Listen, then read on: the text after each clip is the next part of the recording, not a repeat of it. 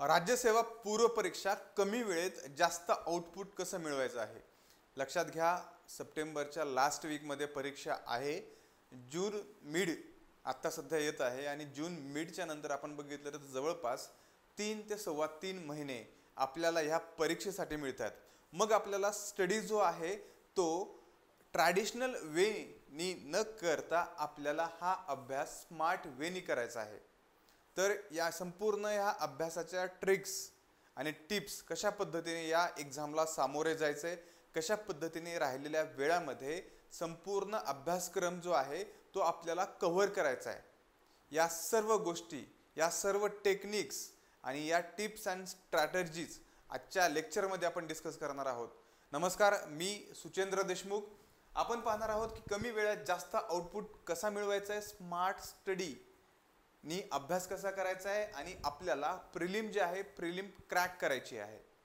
Right. तर लक्षात घ्या, फर्स्ट आपण बघूयात की राज्यसेवा पूर्व परीक्षा कशा पद्धतीने याला फेस करायचं आहे.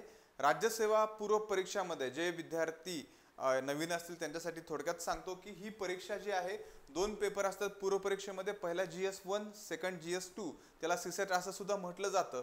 GS फर्स्टमध्ये 100 प्रश्न असतात आणि 200 गुणांची ही परीक्षा असते. राईट. GS फर्स्ट किती गुणांची असते तर 200 गुणांची परीक्षा असते आणि याच्यामध्ये 100 प्रश्न असतात. GS सेकंड मध्ये सीसॅट जो आहे त्याच्यामध्ये 80 प्रश्न असतात आणि 200 गुण असतात. याच्यामध्ये 2 मार्क्सला प्रत्येक प्रश्न असतो, याच्यामध्ये 2.5 ला असतो. सगळ्यात महत्त्वाचं आहे सीसॅट. सीसॅट हा क्वालिफाईंग पेपर आहे. सीसॅट जर तुम्ही पास झालात तर तुमचा GS फर्स्टचा पेपर तपासला जाणार आहे. लक्षात घ्या, मागची आता UPSC प्रिलिम झालेली होती. UPSC प्रिलिमचा कट ऑफ आलेला होता. ओके, कट ऑफ म्हणण्यापेक्षा रिझल्ट जो आहे तो आलेला आहे. शॉकिंग रिझल्ट आहे, कारण बरेच जण बघतोय त्यांना 90+ हे GS मध्ये आहेत. सीसॅट मध्ये सुद्धा चांगले मार्क्स आहेत. इवन नियर अबाउट 70च्या जवळपास मार्क्स होते. 70-75च्या असे सुद्धा मुलं जे आहेत ते UPSC पूर्व क्रॅक होऊ शकलेले नाहीत. ओके, तसं बघायला गेलं तर आता जी आहे राज्यसेवा आणि UPSC पूर्वची सेम परीक्षा होत असते, पण मुख्य सुद्धा परीक्षा नवीन पॅटर्न प्रमाणे ही पहिली परीक्षा आहे आणि ही पहिली परीक्षा म्हणजेच गोल्डन अपॉर्च्युनिटी आहे सर्व तुमच्या विद्यार्थ्यांसाठी. लक्षात घ्या, ही जी परीक्षा आहे याच्यामध्ये पूर्व परीक्षाबद्दल आपण बोलत आहोत. पूर्व परीक्षेमध्ये 2 पेपर आहेत, हे तुम्हाला समजलं असेलच. यानंतर सगळ्यात महत्त्वाच्या 5 टेक्निक्स, 5 T आपल्याला पाहायच्या आहेत. टू द पॉइंट, फक्त क्रक्सचं बोलणार आहे, काय महत्त्वाचं करायचं आहे आणि काय आपल्याला हवं आहे आणि कशा पद्धतीने अभ्यास करायचा आहे. ओके, छोटंसं लेक्चर असेल, पण या लेक्चरला तुम्ही प्रॉपर जे इम्प्लिमेंट केलं तुमच्या स्टडीमध्ये तर आय गॅरंटी यू, ओके, तुम्ही प्रिलिम पास व्हाल. लक्षात घ्या, अनुभवाने सांगतोय. बरेच स्टुडंट आतापर्यंत बरेच वर्ष, जवळपास 8 ते 10 वर्ष झालेले आहेत या फील्डमध्ये मी शिकवतो आहे आणि पूर्व परीक्षा कशी पास व्हायची हे खूप चांगल्या पद्धतीने मला माहिती आहे.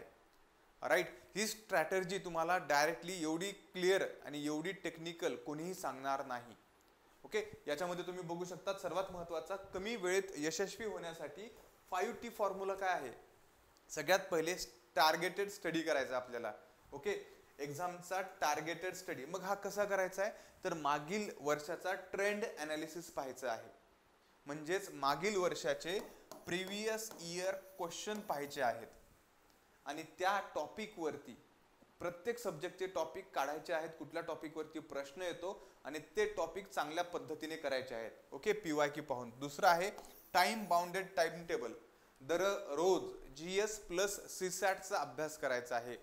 आपण पाहत आहोत सीसॅट जेव्हापासनं क्वालिफाय झालेलं आहे तेव्हापासनं सीसॅटची डिफिकल्टी लेवल वाढत चाललेली आहे. तर सीसॅट कुठल्याही परिस्थितीमध्ये आपला राहता कामा नये, त्यासाठी सीसॅटचा सुद्धा आपल्याला अभ्यास करायचा आहे. ओके, मग रोज तुम्ही 1 ते 1.5 तास मिनिमम, एवढा सांगेल मी, 1-1.5 तास 2 तासपर्यंत तुम्ही सीसॅटला देऊ शकता. ओके. तिसरं आहे ट्रस्टेड रिसोर्सेस. जे टॉपर्स आलेले आहेत किंवा जे रिपीटर्स आहेत ते जे रिसोर्सेस यूज करतात तेच रिसोर्सेस आपल्याला यूज करायचे आहेत. म्हणजे तुम्हाला जर वाटलं किंवा तुमचा एखादा मित्र असेल तुमच्या सोबतच अभ्यासाला आलेला आहे आणि तो सांगतो अरे इकॉनॉमीसाठी काय कर, रमेश सिंग वाचतो. ओके, गरज नाही आपल्याला रमेश सिंग वाचायची प्रिलिमसाठी. जे महत्वाचे रिसोर्सेस आहेत सर्वच जण, आणखीन एक गोष्ट इथे लक्षात घ्या, मोस्ट ऑफ द स्टुडंट तेच रिसोर्सेस यूज करतात, परंतु ते सिस्टमॅटिक वेने यूज केले पाहिजेत, वेगवेगळ्या टेक्निकचा यूज करून ते यूज केले पाहिजेत, त्याचं रिव्हिजन झालं पाहिजे. रिसोर्सेस कमीच पाहिजेत, पण त्याचं रिव्हिजन, त्याचा अभ्यास, त्याचा टेक्निकल स्टडी खूप चांगला पाहिजे. ओके, परीक्षेच्या अनुषंगाने हे वाचलेलं पाहिजे. राईट. तर इथे बघूयात आपण टेस्ट प्रॅक्टिस, सगळ्यात महत्त्वाचं आहे. चौथा टी आहे. तर टेस्ट प्रॅक्टिस रोज 25 ते 50 MCQ, तुम्हाला मागच्या लेक्चरमध्ये सांगितलेलं आहे. दररोज 25 MCQ जून एंड पर्यंत, जुलै 1 पासून 50 MCQ डेली बेसिसवरती सोडवायला पाहिजेत. त्याचप्रमाणे सीसॅट सुद्धा काही MCQ तुम्ही 10 MCQ रोज सोडू शकतात, एखादं कॉम्प्रिहेन्शन, काही प्रॉब्लेम्स वगैरे. ओके. याच्यानंतर टॉपिक वाईज रिव्हिजन हे मस्ट आहे. आठवड्याला एकदा, आठवड्यामधून तुम्ही जे वाचताय आठवडाभर त्याचं रिव्हिजन एकदा तरी व्हायला हवं, मिनिमम सांगतोय. ओके, फक्त वाचत गेलायत याला काहीही त्याचा फायदा होणार नाही. ते आपल्याला येतंय का हे बघायला पाहिजे. ओके, हा पहिला आपला व्हिडिओचा पहिला पार्ट बघितलेला 5T फॉर्म्युला. आता काही महत्त्वाचे 7 to 8 रूल्स आहेत, टेक्निक्स आहेत. कशाच्या? या अभ्यासाच्या. स्मार्ट टेक्निकने आपल्याला अभ्यास करायचा. 7 to 8 अशा टेक्निक आहेत, स्मार्ट वेन स्टडी करायचा आणि प्रिलिम पास व्हायची. ओके, पहिली टेक्निक आहे 80-20 रूल. आता हा 80-20 म्हणजे काय ते लक्षात घ्या. परीक्षेमध्ये जर तुम्ही प्रॉपर प्रमाणे ॲनालिसिस केलं तर तुम्हाला हे लक्षात येईल, 80% मार्क्स जे आहे ते 20% टॉपिकमधून मिळतात. म्हणजे तुम्ही सिलेक्टेड जर टॉपिक वाचत गेलात, त्याच प्रकारे टॉपिक PYQ ॲनालिसिस खूप महत्त्वाचं आहे, त्याचप्रमाणे टॉपिक विचारलेले आहेत. ओके, म्हणजे 80% मार्क हे खूप कमी टॉपिकमधून येत आहेत. हे तुमच्या ॲनालिसिस केल्याच्या नंतर लक्षात येईल, किंवा टॉपिकमधल्या त्याच भागामधून येत आहेत. कळतं मी काय बोलतोय? एखादा टॉपिक असतं, त्याच भागामधून ते प्रश्न विचारले जातात. ओके, म्हणजे हे 20% भाग झाला ते, आणि तिथून 80% क्वेश्चन येतात. सेकंड आहे, आता आपल्याला टार्गेटेड करायचंय, म्हणजे आपल्याला कुठला भाग घ्यायचा. इतिहासामध्ये जर बघितलं तर समाज सुधारकावरती प्रश्न हमखास येणारच. ओके, हे तुम्ही करायलाच पाहिजे. आधुनिक भारताचा इतिहासावरती प्रश्न येणारच, हे तुम्हाला माहिती असायला पाहिजे. राईट. याच्यानंतर भूगोलामध्ये महाराष्ट्राचा नकाशावरती एखादा प्रश्न असतो, शेती, हवामान हा घटक आहे, त्याच्यावरती प्रश्न 100% असणारच. यासोबतच राज्यघटना, फंडामेंटल राईट, DPSP आहे, फंडामेंटल ड्युटीज आहे, पार्लमेंट आहे, संसद. ओके, याच्यावरती प्रश्न असणारच. कळतं मी काय बोलतोय ते?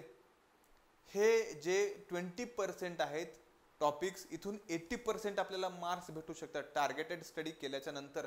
हे ओळखायला शिकलं पाहिजे. ओळखणार कसं? PYQ सॉल्विंगने. ओके, चालू घडामोडी, योजना असतील, योजनावरती हमखास 1 ते 2 ते 3 प्रश्न असतात दरवर्षी. त्याच्यानंतर समित्या वेगवेगळे रिपोर्ट्स येतात, याच्यावरती सुद्धा परीक्षेमध्ये प्रश्न विचारले जातात. यासोबतच आहे ट्रेडिंग, स्कोरेबल टॉपिक्सवरती भर द्या. म्हणजे जे ट्रेंडिंगमध्ये टॉपिक्स आहेत, ओके, करंटमध्ये सुद्धा आपण बघतोय की काही वेगवेगळ्या गोष्टी सध्या चालू असतात, ज्या की आपल्या स्टॅटिक्सशी रिलेटेड आहेत. या सुद्धा गोष्टी आपल्याला पाहायला हव्यात. म्हणजे नुकतंच कोणाची UPSCच्या चेअरमॅनची नियुक्ती झाली. ओके, मग UPSCच्या चेअरमॅन विषयी पॉलिटीमध्ये प्रश्न विचारले जाऊ शकतो. UPSCची चेअरमॅनची अपॉइंटमेंट कशी होती? ओके, किती सदस्य असतात UPSC मध्ये? UPSC कशा पद्धतीची बॉडी आहे? या प्रकारचे प्रश्न परीक्षेमध्ये विचारले जाऊ शकतात करंट ट्रेंडच्या ॲनालिसिसद्वारे. ओके, लक्षात घ्या. हे आपला फर्स्ट रूल झाला, फर्स्ट टेक्निक झाली. सेकंड टेक्निक काय आहे? ट्रिक्स अँड न्यूमोनिक्स वापरायच्यात. ट्रिक्स आणि न्यूमोनिक्स वापरायच्यात. जसं की तुम्हाला इथे सांगितलेले आहेत, मूलभूत हक्कासाठी SC ST वर्शिप. ओके, आता लक्षात घ्या. आता हे सुद्धा प्रत्येक विषयानुरूप कशा पद्धतीचा अभ्यास करायचा आहे याचे सुद्धा तुम्हाला रोज एका विषयाचा, म्हणजे पुढच्या 7 दिवसामध्ये प्रत्येक दिवशी एका विषयाचा व्हिडिओ तुमच्या पुढे घेऊन येणार आहे. म्हणजे सिस्टमॅटिक स्टडीचा व्हिडिओ तुमच्या पुढे घेऊन येणार आहे विषया वाईज. ओके, याच्यामध्ये मी बाकीच्या गोष्टी सांगेलच. मूलभूत हक्क असेल, संविधान दुरुस्त असेल, अनुसूचीच असतील. ओके, अनुसूची म्हणजे आपण स्केड्यूल म्हणतो. स्केड्यूल आपल्याला माहिती पाहिजे. Tiers of world PM directly विचारला की आला पाहिजे. 7वा स्केड्यूल कुठला आहे? ओके, 7व्यामध्ये 3 लिस्ट आहेत, सेंटर लिस्ट, कॉन्करंट लिस्ट आणि स्टेट लिस्ट. 8व्यामध्ये काय, language recognised by Indian constitution. Okay, 10व्यामध्ये काय, अँटी डिफेक्शन लॉ आहे, पक्षांतर बंदी कायदा आहे. 11वा 12वा काय आहे, पंचायत म्युन्सिपाल्टी आहे. चौथा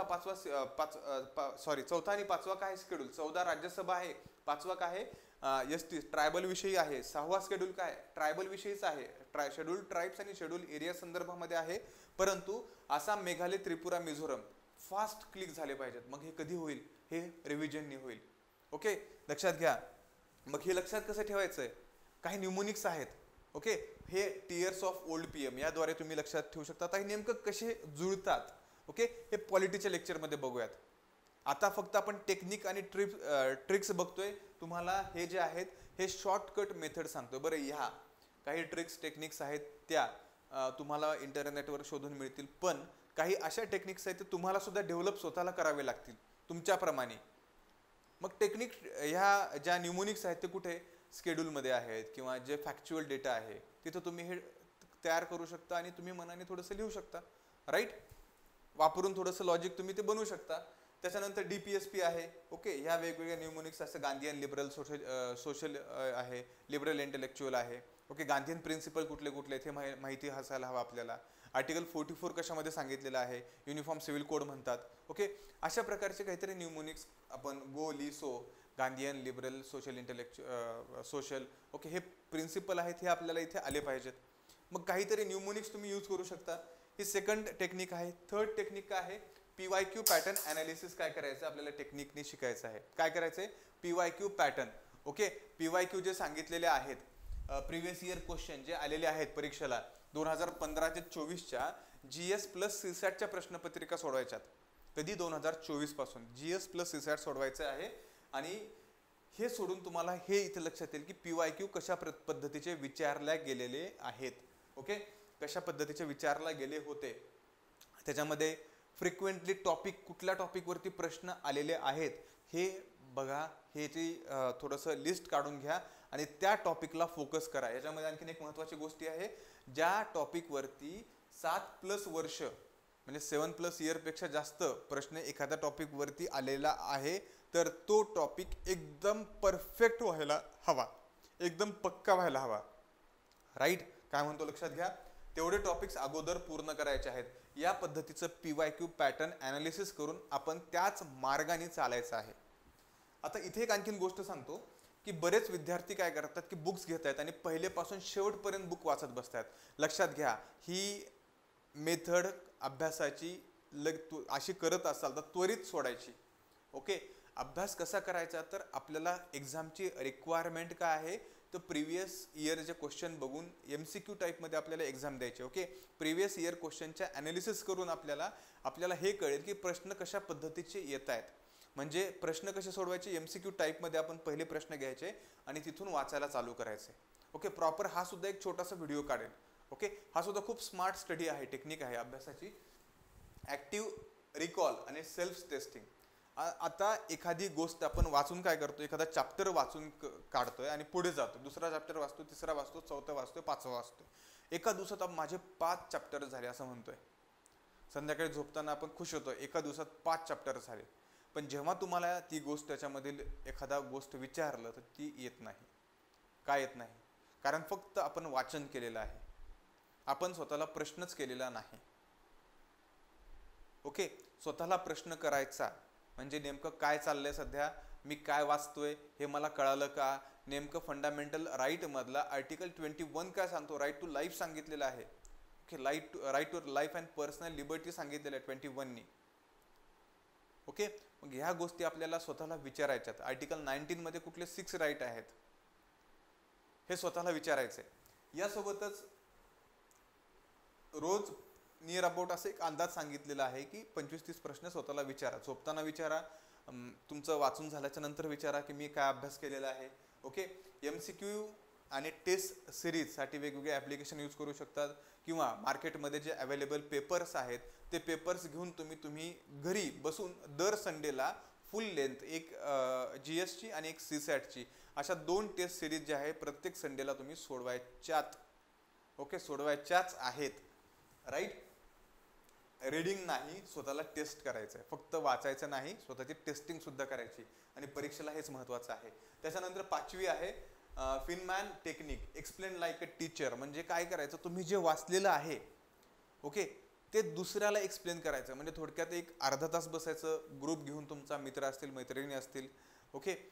तिथे काय करायचं, तुमच्या मित्रांनी काय वाचलेलं असेल ते तुम्हाला सांगेल, तुम्ही त्याला काय वाचलेलं असेल तुम्ही त्याला सांगायचंय. याने काय होईल, तुम्ही जे वाचलेलं आहे ते पक्क लक्षात राहण्यास मदत होईल आणि त्यांनी जे वाचलेलं आहे त्याचा सुद्धा आपल्याला एक आढावा, एक त्याचा सुद्धा अभ्यास आपल्याला होईल ओके. आता ही वेळ नाही, परंतु तरीही मी सजेस्ट करेल एक अर्धा ते पाऊण तास, 1 तासपर्यंत, 1 तासच्या मध्येच ओके. जास्त वेळ इथे घालता कामा नये, 1 तासपर्यंत मोस्टली, पण अर्धा ते 45 मिनिट, अर्धा तास 30 ते 45 मिनिट तुम्ही ही कृती जी आहे ते करू शकता ओके. तुम्ही एक्सप्लेन करू शकता. जर सर मला एक्सप्लेन, मी गावाकडे राहतो सर, मला मैत्रिणी नाही आहे, मला मित्र नाही आहे, मी काय एक्सप्लेन करू.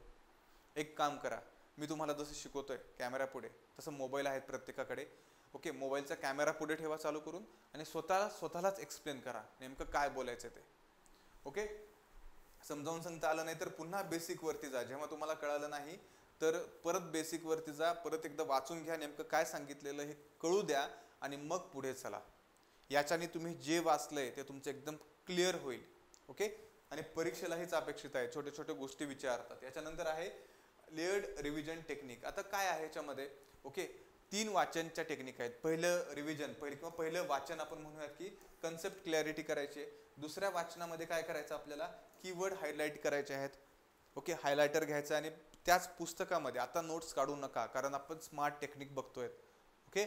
अभ्यासाच्या टेक्निक नाही तर स्मार्ट एक्झाम पास व्हायच्या टेक्निक पाहतोय. नोट्स काढू नका, लक्षात घ्या. पुस्तकावरती हायलाइट करा, नोट्स काढायचे तर पुस्तकावरतीच लिहून नोट्स काढा. त्याच्यानंतर तिसरं वाचन आहे short notes plus mind map. म्हणजे ते पुस्तकावरती ज्या नोट्स काढायच्या ते काढा आणि mind map okay. Mind map डोक्यामध्ये बनवा, नेमकं फंडामेंटल राईटमध्ये किती राईट्स आहेत, किंवा दुसरं कुठलंही असेल, जिओग्राफीमध्ये असेल ओके, हिस्ट्रीमध्ये असेल, कोणाचा कालखंड कधीपर्यंत होता, मग याच्यानंतर कोण आलेलं होतं राईट. हे माइंड एन्व्हायरमेंटमध्ये आहे, कुठल्या कॉन्फरन्स झालेल्या आहेत, कशा अंडर झालेल्या आहेत, कधी कधी झालेल्या आहेत, याच्यावरती सुद्धा प्रश्न येऊ शकतो. COP26 महत्त्वाचे आहे ओके. दर आठवड्याला ट्रिक्स रिव्हिजन प्लस टेस्टसाठी तिथे टाइम तुम्ही काढायला हवा. म्हणजे हे बघितलेलं आहे, या पद्धतीने तुम्ही वाचन करायला पाहिजे. त्याच्यानंतर आहे पोमोडोरो टेक्निक्स ओके. पोमोडोरो म्हणजे काय, लक्षात घ्या. काही वेळ तुम्ही अभ्यास करायचा आहे आणि थोडासा ब्रेक घ्यायचा. बऱ्याच विद्यार्थ्यांचं होतं की जशी जशी एक्झाम जवळ येते तसा तसा अभ्यास होत नाही, फिअर फॅक्टर वाढतो. मग काय करायचंय, तर 1 तास अभ्यास करायचा आहे, एक 10 मिनिट 5 मिनिट ब्रेक घ्यायचा आहे, किंवा 40-45 मिनिट अभ्यास करायचा आहे, 5 मिनिट ब्रेक घ्यायचा आहे ओके. असं 45 मिनिटाचे 2 ते 3 स्लॉट झाल्याच्या नंतर मग परत 20 मिनिट ब्रेक घ्या, अर्धा तास ब्रेक घ्या, परत अभ्यासाला बसा. ही जगामध्ये नावाजली गेलेली अभ्यासाची मेथड आहे, त्याला पोमोडोरो टेक्निक असं म्हणतात ओके. खूप महत्त्वाची मेथड आहे. या पद्धतीने जर तुम्ही अभ्यास केला म्हणजे तुम्ही तुमच्याप्रमाणे स्लॉट ठेवू शकतात. याच्यामध्ये तुमची फोकस्ड स्टडी होईल. म्हणजे आपण जे मी नेहमी म्हणत असतो क्वालिटी स्टडी ओके. तुमची क्वालिटी स्टडी होईल, नुसती क्वांटिटी होणार नाही तर क्वालिटी स्टडी होईल. हे परीक्षेच्या दृष्टीने अत्यंत महत्त्वपूर्ण आहे. यासोबतच फोकस्ड लर्निंग ॲप, वेगवेगळे ॲप्लिकेशन यूज करा ओके. बाकी आपण बघितलेलं आहे की टू डूस्ट काय काय करायचं ती लिस्ट काढा आणि ह्या प्रकारे स्टडी रोज प्लॅन बनवून ह्याप्रमाणे ह्या अभ्यासाच्या स्लॉट म्हणजे ह्या टायमिंगमध्ये अशा प्रकारे स्टडी करा. एकदाच बसलात सकाळी, जे 8 वाजता गेलात ते उठलात 12 वाजता ओके. 8 ते 9, 9 ते 10, 10 ते 11, 11 ते 12, 4 तास एकाच जागेवर सगळं घामेघूम असं करू नका. थोडीशी स्मार्ट वेनी अभ्यास करा. असा अभ्यासही होत नाही कंटिन्यू बसल्याच्या नंतर. काही जणांचं होत असेल, बऱ्याच जणांचं होत नाही, लक्ष विचलित होतं. त्याच्यामुळे थोड्या थोड्या वेळाने 1-1 तासांनी उठत चला, जागेहून बाहेर 1-2-5 मिनिट एक राऊंड मारत चला आणि परत बसत चला. ही स्मार्ट टेक्निक आहे अभ्यासाची ओके. याच्यानंतर 8वी आहे स्मार्ट टेस्ट टेकिंग टेक्निक. आता सगळ्यात महत्त्वाचं, जेव्हा जशी जशी एक्झाम जवळ येईल तसं तसं मी तुम्हाला आणखीन याच्याबद्दल व्हिडिओ घेऊन येईल. स्मार्ट एक्झामिनेशन कशा पद्धतीने एक्झामिनेशनला समोर द्यायचं ओके. स्मार्ट टेक्निकने एक्झामिनेशन कशी सोडवायची, तर एलिमिनेशन टेक्निक्स आहेत, त्याचा यूज करायचा आहे राईट. मेथडचा 2 ऑप्शन कॅन्सल करायचे, जसं कोण बनेगा करोडपतीमध्ये म्हणतं अमिताभ बच्चन ओके. त्याप्रमाणे 2 optional cancel. Okay, guess work टाळायचंय, ब्लाइंड गेस वर्क टाळायचंय. लक्षात घ्या. इथे एक आणखीन गोष्ट सांगतो, जे खूप हुशार असतात, ज्यांनी वर्षभर चांगला अभ्यास केलेला असतो, त्यांना पेपरच्या 100 पैकी 40च प्रश्न येत असतात. मग उरलेले जे बाकीचे प्रश्न आहेत, ओके, 60 प्रश्न हे जर सोडवत असतील किंवा 50 प्रश्न सोडवत असतील तर हे गेस वर्कनी सोडवतात. ओके, गेस वर्क घ्यायचंय पण ब्लाइंड गेस वर्क घ्यायचं नाही. कळतंय? म्हणजे तुक्का मारतोय मी, मला वाटतं की ए, हा चला ए म्हणा, दुसऱ्याचं सुद्धा बी, तिसऱ्याचं सी, चौथ्याचं डी, असं तुक्के मारत जायचं नाही. ओके, ह्याने तुम्ही निगेटिव्ह मध्ये जाल. ओके, ब्लाइंड गेस वर्क घ्यायचं नाही. गेस वर्क घ्यायचं पण ब्लाइंड नाही घ्यायचं. टाइम अलॉटमेंट 60 मिनिट मध्ये जीएस प्लस 60 मिनिट मध्ये सीसॅट. ओके, मॉक टेस्ट जे आहे ती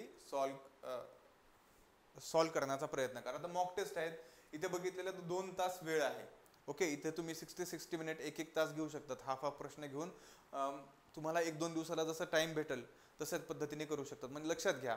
आणि इथे आणखीन एक गोष्ट सांगेल, जेव्हा तुम्ही मॉक टेस्ट देताय, ओके, जेव्हा तुम्ही मॉक टेस्ट देताय, मॉक टेस्ट देताना एक काम करायचंय.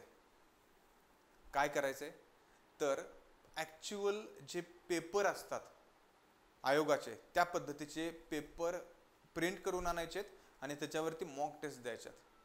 ओके, प्रिंटेड पेपरवरती मॉक टेस्ट द्यायच्यात आपल्याला. राईट. टाइम अलॉटमेंट 60 मिनिट करू शकता. 120 केलं तरी चालेल. Marking strategy, doubtful, star marks पुढे सोडवायचे. ओके, ह्याप्रमाणे मार्क करत चला. कधी तर हे पेपर सोडवताना. Okay, smart test taking techniques आहेत. म्हणजे इथे राऊंड सिस्टीम सुद्धा तुम्ही यूज करू शकता.